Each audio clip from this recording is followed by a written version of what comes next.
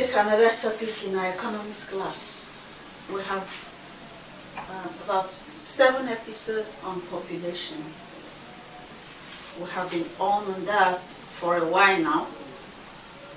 We have rounded it up. If you have not watched it, go back and watch it.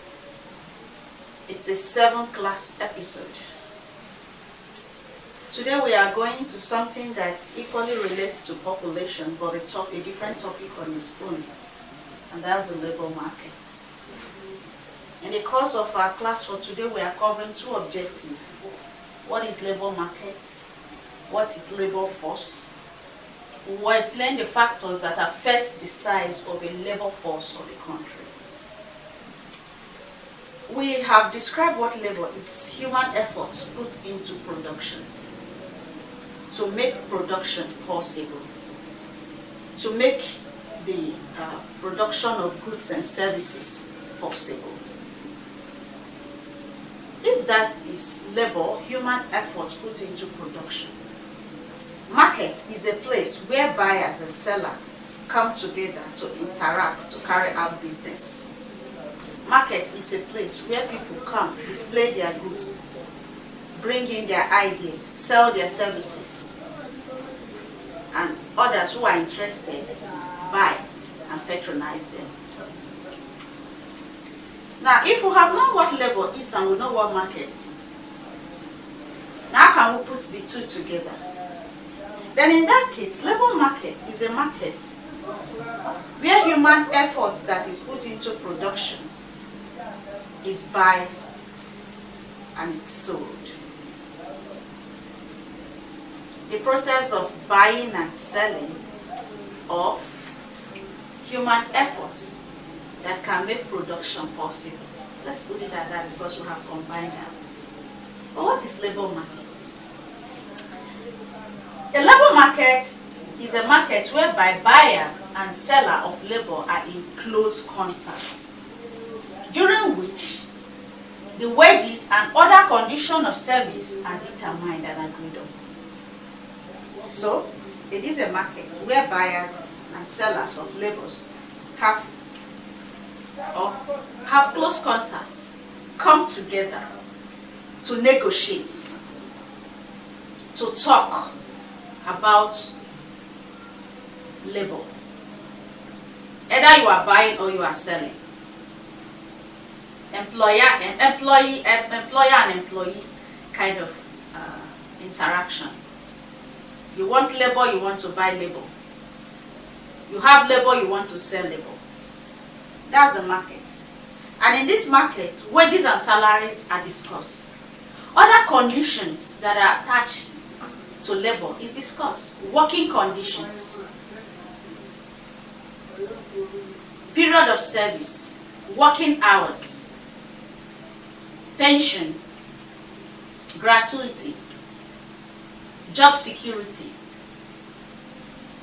health insurance. These are things that are negotiated with labor. So a market whereby sellers and buyers of labor come into close contact to negotiate and agree on is labor market. That's just it. So if you know what labor is and you know what market is, put them together. That's what labor market is. That's our first objective, what is labor market. So you have seen what is labor market. A process where buyers and sellers of labor come in close contact to negotiate, to agree on condition of service, terms of agreements, what is going to be done during the process, what are the conditions that labor will benefit, what are the conditions that sellers of labor will enjoy, buyers of labor will enjoy. Then we'll talk about what is labor force. We have seen labor market. Labor force. Labor force is the total number of people in a country, in a region, in a community, in an environment who is willing to work. And it ranges between the age of 18 to 65. That is where your population knowledge is carried over. I told you that an active population is a population that has people that are between the ages of 18 to 65 who are willing to work and who are productive. Nigeria is said, from the last census carried out, is said to be an active population because 70%, if I'm right, it might be more than that, it might be less than that, but let's just take that figure. 70% of its population is an active population between the ages of 18 and 65 years. So that means we are a productive nation. So labor force is the total number of people in a country, in a region, in an environment that are willing to work. The three terms there, it's willing to work, ready to work, already working. Willing to work, ready to work, already working. So if they are called upon, they are ready to work. They already have a job. They are on the job. That is labor force. So the total number of persons available to supply labor for the production of economic goods. Total number of persons ready to work, to provide labor in order to provide economic goods and services. It equally means the total number of people of working age in a country who are able and willing. Look at the word, who are able and willing. Somebody is willing to work but is not able. Either because he's handicapped, because he's sick, or because there are other things surrounding the individual. So the person must be willing to work, available to work, and have the capability to work. And the person is within the law frame that he or she can work. A prisoner cannot be employed because he's serving his jail term. So it comprises of all persons who have job and are seeking for job. Who have job and are seeking for job. That is labor force. Total number of people in a particular area, in a country, in a nation, in a region, in an environment, in a community, who are willing and ready to work. They are bounded by law and they are willing to work.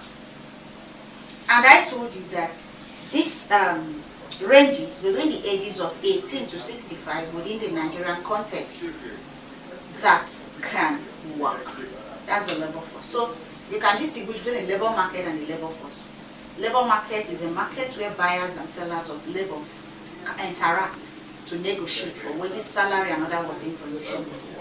Why labor force are the total number of people who are ready, willing, and within the law frame, the age of working, which is between the ages of 18 to 65. If you have questions here, comment below the comment box. If there's something I explained you did not understand, you comment below. We have taken the second objective. Let's make the class interactive. Go below and ask your question or interact with me. I am going to respond. Then we are going to see factors that affect the size of a labor force of a country. What are those factors that affect the labor force? So we take the last object that affects the size of labor force in a country. And we talk about 8 of them. Size of the population. If we have underpopulation, if we have overpopulation, underpopulation, optimum population, it has effects on the labor force. If the country is underpopulated, the workforce is going to be reduced. If you have a population of more old people too, it is going to reduce. If you have an optimum population that have more active people between the ages of 18 to 65, is going to be a perfect population. So the size of the population, the number of persons that occupies the country or the geographical region matters a lot in labor force. It will either affect it positively or negatively. Official school age. If the official school age exceed 18 years above, it's going to affect labor force because ordinary labor, active labor is between 18 to 65 years. So if official school age goes into 20s, now the active members is going to reduce because most of them will be in school. But if the official school age is between the ages of 6 to 17. That means the activeness of those within the ages of 18 to 65 is going to be more because they must have left the official school period. Retirement age. If people are forced to retire at 50, it will affect the workforce, the labor force. But if the normal retirement age ranges between the ages of 60 65, more people will still be at work because they are still agile and active. Pursuit of higher education.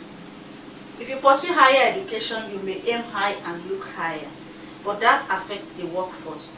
Because if at the age of 18 you have left the official school age and you are still pursuing more, at 35 you are still schooling, at 40 you are still pursuing higher education, when do you have the time to work?